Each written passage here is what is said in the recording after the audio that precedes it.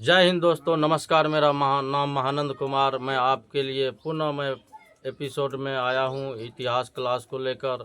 History के chapter number 7 में कांग्रेस के अध्यक्ष कब कब सुभाष बाबू चुने गए। सन 1938 में जो हरिपुरा अधिवेशन हुई थी उसमें कांग्रेस के अध्यक्ष के रूप में सुभाष बाबू का चयन हुआ था और वो निर्विरोध चुने गए थे।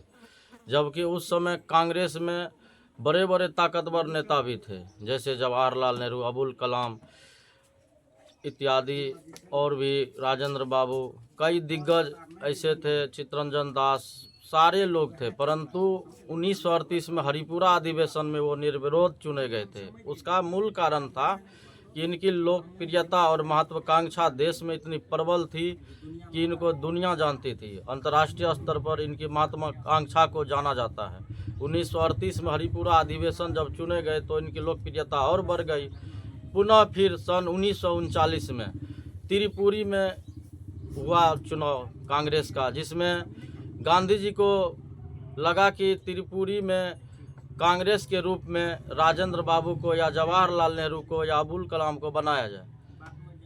परंतु पट्टाभी सीतारामैया एक विकल्प के रूप में था। उन्होंने अपनी तरफ से कांग्रेस के रूप में पट्टाभी सीतारामैया को चुनाव लड़ाया, परंतु पट्टाभी सीतारामैया हार गया, क्योंकि गांधी जी के बहुत बड़े समर्थक थे वो।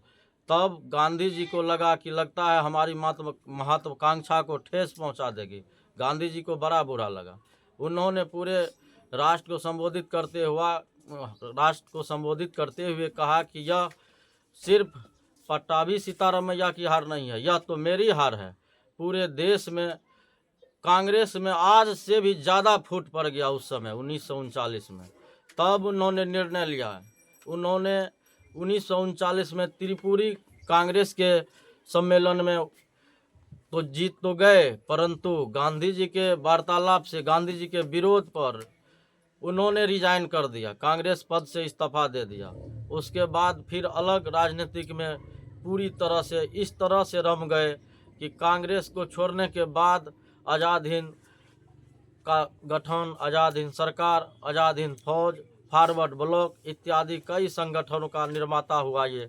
और गांधी जी का एक मार्ग अलग था आज़ादी के लिए, क्योंकि दोनों एक आज़ादी के लिए ही चाह रहे थे, परंतु दोनों के मार्ग अलग अलग थे।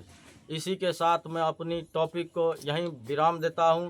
जय हिंद, जय भारत। सब्सक्राइब और लाइक करना नहीं भूलें ताकि मोटिवेशन मेरा हो सके आपके लिए। अगला टॉपिक पुनः मैं आगे फिर बताऊंगा।